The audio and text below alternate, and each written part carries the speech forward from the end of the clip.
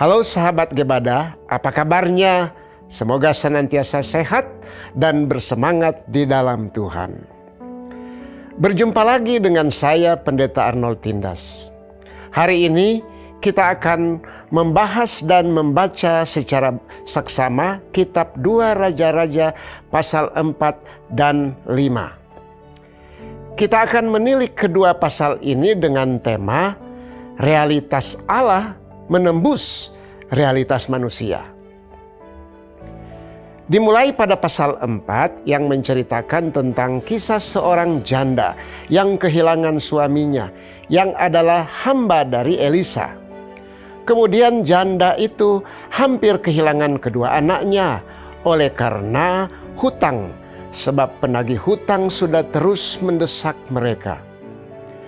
Dalam keadaan seperti itu, janda itu seperti menemui jalan buntu dan merasa dirinya tidak mampu lagi untuk membayar hutang tersebut. Oleh karena itu, yang tersisa bagi janda itu hanyalah seruan, yaitu seruan memohon pertolongan kepada Nabi Elisa. Elisa yang adalah seorang abdi Tuhan memberikan solusi, dan oleh karena kemahakuasaan Allah, akhirnya janda itu mampu membayar hutang sehingga tidak jadi kehilangan anaknya. Hal yang dilakukan Elisa sangatlah unik. Elisa tidak mengandalkan kekuatannya sendiri, tetapi ia lebih dahulu bertanya, "Apa yang kau punya di rumah?" Itu artinya Tuhan dapat bekerja dan menunjukkan mujizatnya melalui apa yang ada pada janda tersebut. Inilah yang dimaksud realitas Tuhan menembus realitas manusia. Ketika Tuhan memasuki realitas manusia, disitulah Tuhan akan bekerja melalui apa yang ada pada kita. Kemudian masih dalam pasal 4 diceritakan tentang kisah perempuan Sunem. Prinsip yang sama Tuhan gunakan dalam hidup perempuan Sunem saat Elisa menghilangkan maut dari dalam kuali. Perempuan Sunem ini adalah seorang kaya namun mengalami kemandulan. Di sini kita melihat betapa berkuasanya Tuhan itu. Tuhan tidak menurunkan anak dari langit, melainkan pasangan tua itu melahirkan seorang anak. Dalam perjalanannya, anak itu pun meninggal dan kemudian dihidupkan kembali oleh doa pengorbanan Elisa. Hal ini dapat kita mengerti bahwa Tuhan bekerja melalui apa yang sudah diberikan bagi kita. Semua itu Tuhan izinkan terjadi atas berkat dan anugerah Tuhan yang besar kepada kita. Realitas Tuhan menembus realitas manusia tatkala kita benar-benar berserah penuh kepada Tuhan di dalam iman. Hal ini dikarenakan oleh kemahatauan Tuhan dalam setiap gejolak kehidupan yang sedang kita alami. Marilah kita hanya memandang dan berharap kepada Tuhan saja. Realitas Tuhan yang menembus realitas manusia akan membuat kita dapat merasakan betapa besarnya anugerah yang telah kita alami. Kemudian dalam 2 Raja-Raja pasal 5 menceritakan tentang kesembuhan yang dialami Naaman. Kisah menarik terjadi dalam pasal 5 ini, di mana setelah Naaman sembuh dari sakit kusta, hamba Elisa yaitu Gehasi dibuang dan mendapatkan kutukan sakit kusta dari Elisa, abdi Allah itu. Perlu kita mengerti bahwa anugerah yang sebenarnya adalah kepercayaan dan ketaatan penuh kepada firman Tuhan. Inilah yang menentukan keberadaan seseorang di hadapan Tuhan. Untuk lebih memahaminya, sekarang mari kita bersama-sama membaca kitab 2 Raja-Raja pasal 4 dan 5.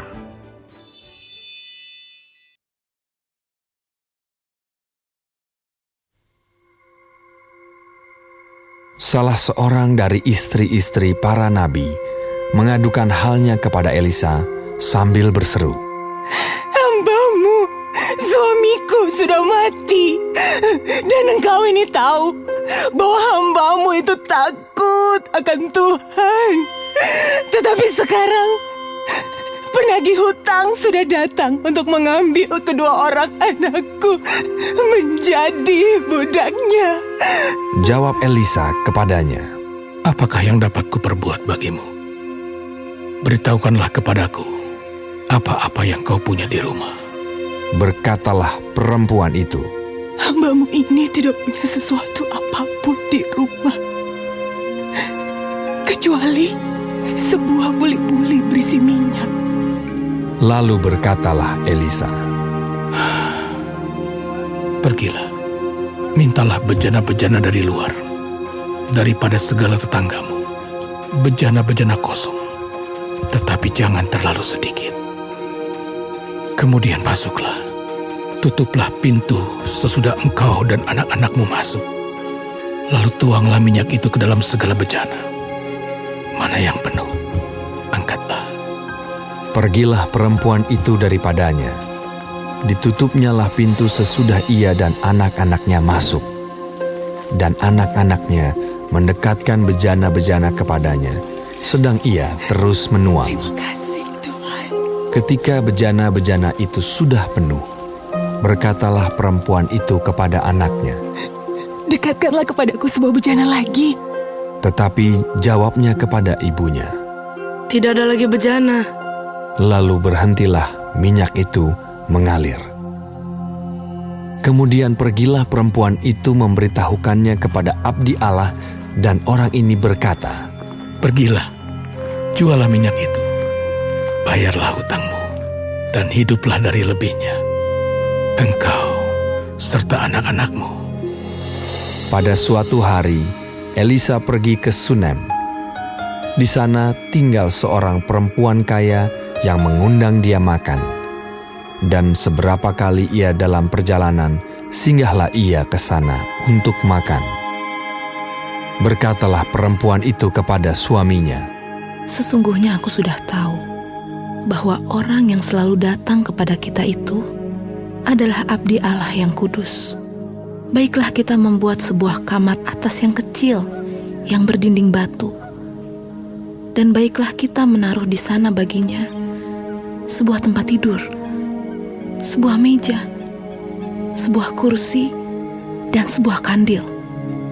Maka apabila ia datang kepada kita, ia boleh masuk ke sana. pada suatu hari datanglah ia ke sana. Lalu masuklah ia ke kamar atas itu dan tidur di situ. Kemudian berkatalah ia kepada Gehazi, bujangnya. Panggillah perempuan Sunem itu. Lalu dipanggilnyalah perempuan itu, dan dia berdiri di depan Gehazi. Elisa telah berkata kepada Gehazi, Cobalah, katakan kepadanya, sesungguhnya engkau telah sangat bersusah-susah seperti ini untuk kami. Apakah yang dapat kuperbuat bagimu? Adakah yang dapat kubicarakan tentang engkau kepada raja atau kepala tentara? Jawab perempuan itu. Aku ini tinggal di tengah-tengah kaumku. Kemudian berkatalah Elisa. Apakah yang dapat kuperbuat baginya? Jawab Gehazi. Ia tidak mempunyai anak, dan suaminya sudah tua. Lalu berkatalah Elisa. Panggillah dia. Dan sesudah dipanggilnya, berdirilah perempuan itu di pintu. Berkatalah Elisa. Pada waktu seperti ini juga, tahun depan, engkau ini akan menggendong seorang anak laki-laki.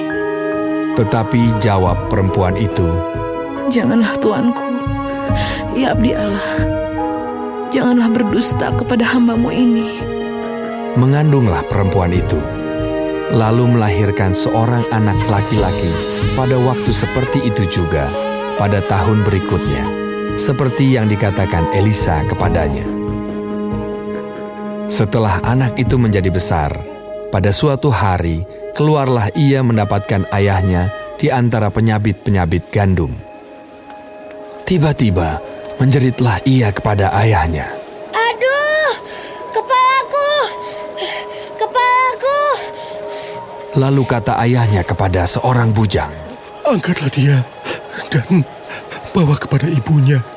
diangkatnyalah dia, dibawanya pulang kepada ibunya. Duduklah dia di pangkuan ibunya sampai tengah hari, tetapi sesudah itu matilah dia. Lalu naiklah perempuan itu, dibaringkannyalah dia di atas tempat tidur abdi Allah itu. Ditutupnyalah pintu dan pergi, sehingga anak itu saja di dalam kamar. Sesudah itu, ia memanggil suaminya serta berkata, Suruh kepadaku salah seorang bujang dengan membawa seekor keledai betina. Aku mau pergi dengan segera kepada abdi Allah itu dan akan terus pulang. Berkatalah suaminya, Mengapakah pada hari ini engkau hendak pergi kepadanya? Padahal sekarang bukan bulan baru dan bukan hari Sabat. jawab perempuan itu. Jangan khawatir. Dipelanainya keledai itu dan berkatalah ia kepada bujangnya, Tuntunlah dan majulah. Jangan tahan-tahan aku dalam perjalananku, kecuali apabila aku katakan kepadamu. Demikianlah perempuan itu berangkat dan pergi kepada abdi Allah di Gunung Karmel. Segera sesudah abdi Allah melihat dia dari jauh, berkatalah ia kepada Gehazi bujangnya, Lihat, perempuan Sunem itu datang. Larilah menyongsongnya dan katakanlah kepadanya, Selamatkah engkau? Selamatkah suamimu? Selamatkah anak itu? jawab perempuan itu. Selamat. Dan sesudah ia sampai ke gunung itu, dipegangnyalah kaki abdi Allah itu. Tetapi Gehazi mendekat hendak mengusir dia. Lalu berkatalah abdi Allah, Biarkanlah dia. Hatinya pedih. Tuhan menyembunyikan hal ini daripadaku, tidak memberitahukannya kepadaku. Lalu berkatalah perempuan itu, Adakah ku minta seorang anak laki-laki daripada Tuhanku? Bukankah telah kukatakan, jangan aku diberi harapan kosong?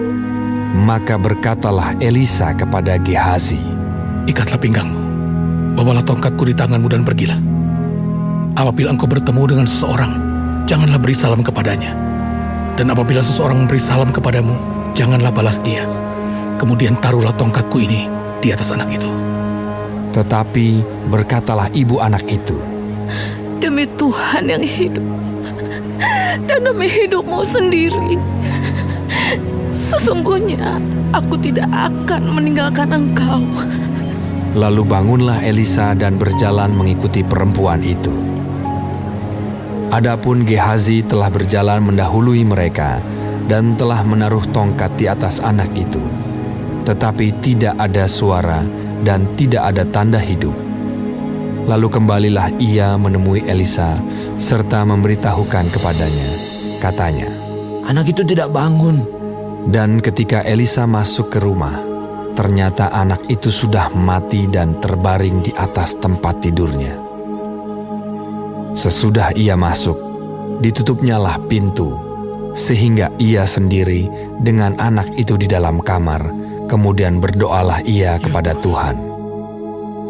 Lalu ia membaringkan dirinya di atas anak itu, dengan mulutnya di atas mulut anak itu, dan matanya di atas mata anak itu, serta telapak tangannya di atas telapak tangan anak itu. Dan karena ia meniarap di atas anak itu, maka menjadi panaslah badan anak itu. Sesudah itu, ia berdiri kembali dan berjalan dalam rumah itu sekali ke sana dan sekali ke sini. Kemudian meniarap pulalah ia di atas anak itu. Maka bersinlah anak itu sampai 7 kali, lalu membuka matanya. Kemudian Elisa memanggil Gehazi dan berkata, Panggillah perempuan Sunem itu. Dipanggilnyalah dia, lalu datanglah ia kepadanya. Maka berkatalah Elisa, Angkatlah anakmu ini. masuklah perempuan itu, lalu tersungkur di depan kaki Elisa dan sujud menyembah dengan mukanya sampai ke tanah. Kemudian diangkatnyalah anaknya, lalu keluar. Elisa kembali ke Gilgal pada waktu ada kelaparan di negeri itu. Dan ketika pada suatu kali rombongan nabi duduk di depannya, berkatalah ia kepada bujangnya, Taruhlah kuali yang paling besar di atas api, dan masaklah sesuatu makanan bagi rombongan nabi itu. Lalu keluarlah seorang dari mereka ke ladang untuk mengumpulkan sayur-sayuran. Ia menemui pohon sulur-suluran liar dan memetik daripadanya labu liar serangkul penuh dalam jubahnya. Sesudah ia pulang, teruslah ia mengiris-ngirisnya ke dalam kuali masakan tadi, sebab mereka tidak mengenalnya. Kemudian dicedoklah dari masakan tadi bagi orang-orang itu untuk dimakan, dan segera sesudah mereka memakannya, berteriaklah mereka serta berkata, Maut ada dalam kuali itu, hai abdi Allah. Dan tidak tahan mereka memakannya. Tetapi berkatalah Elisa, Ambillah tepung, dilemparkannyalah itu ke dalam kuali serta berkata, cedoklah sekarang bagi orang-orang ini, supaya mereka makan. maka tidak ada lagi sesuatu bahaya dalam kuali itu. Datanglah seseorang dari Baal Salisa dengan membawa bagi abdi Allah roti hulu hasil, yaitu 20 roti jelai serta gandum baru dalam sebuah kantong. Lalu berkatalah Elisa, Berilah itu kepada orang-orang ini, supaya mereka makan. Tetapi pelayannya itu berkata, Bagaimanakah aku dapat menghidangkan ini di depan 100 orang? Jawabnya, Berikanlah kepada orang-orang itu, supaya mereka makan. Sebab beginilah firman Tuhan, orang akan makan, bahkan akan ada sisanya. Lalu dihidangkannyalah di depan mereka. Maka makanlah mereka dan ada sisanya, sesuai dengan firman Tuhan.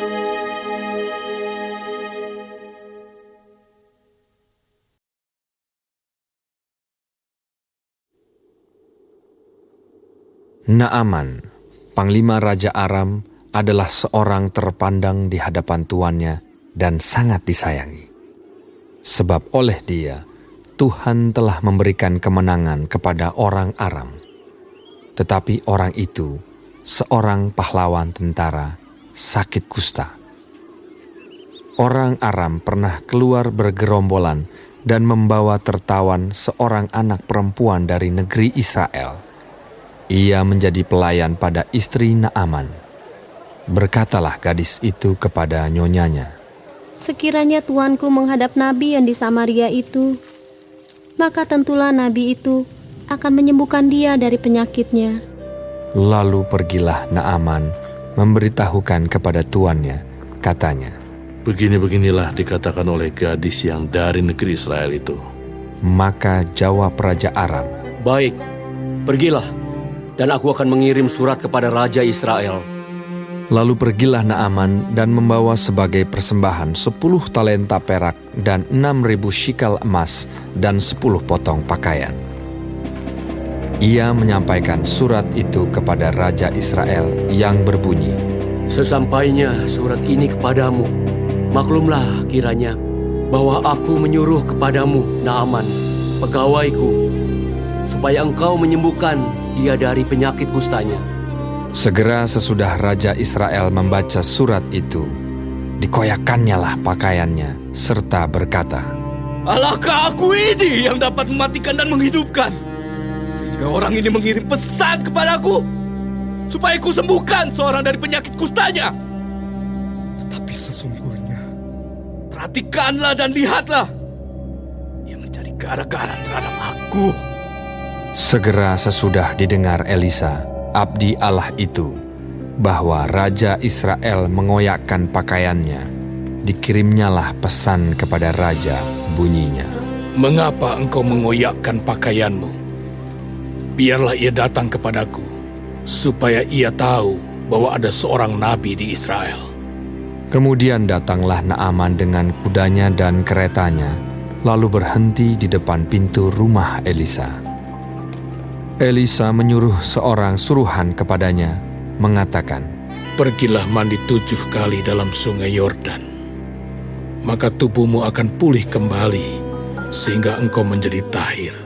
Tetapi pergilah Naaman dengan gusar sambil berkata, Aku sangka bahwa setidak-tidaknya ia datang keluar dan berdiri memanggil nama Tuhan Allahnya, lalu menggerak-gerakkan tangannya di atas tempat penyakit itu, dan dengan demikian menyembuhkan penyakit kustaku. Bukankah Abana dan Parpar, sungai-sungai Damsik, lebih baik dari segala sungai di Israel? Bukankah aku dapat mandi di sana dan menjadi tahir? Kemudian berpalinglah ia dan pergi dengan panas hati. Tetapi pegawai-pegawainya datang mendekat serta berkata kepadanya, Bapak, seandainya nabi itu menyuruh perkara yang sukar kepadamu, bukankah Bapak akan melakukannya? Apalagi sekarang, ia hanya berkata kepadamu, mandilah, dan engkau akan menjadi tahir. Maka turunlah ia membenamkan dirinya 7 kali dalam sungai Yordan, sesuai dengan perkataan abdi Allah itu. Lalu pulihlah tubuhnya kembali seperti tubuh seorang anak dan ia menjadi tahir. Kemudian kembalilah ia dengan seluruh pasukannya kepada abdi Allah itu. Setelah sampai, tampillah ia ke depan Elisa dan berkata, Sekarang aku tahu bahwa di seluruh bumi tidak ada Allah kecuali di Israel. Karena itu, terimalah kiranya suatu pemberian dari hamba-Mu ini. Tetapi Elisa menjawab, Demi Tuhan yang hidup, yang di hadapannya aku menjadi pelayan, sesungguhnya aku tidak akan menerima apa-apa. Dan walaupun Naaman mendesaknya supaya menerima sesuatu, ia tetap menolak.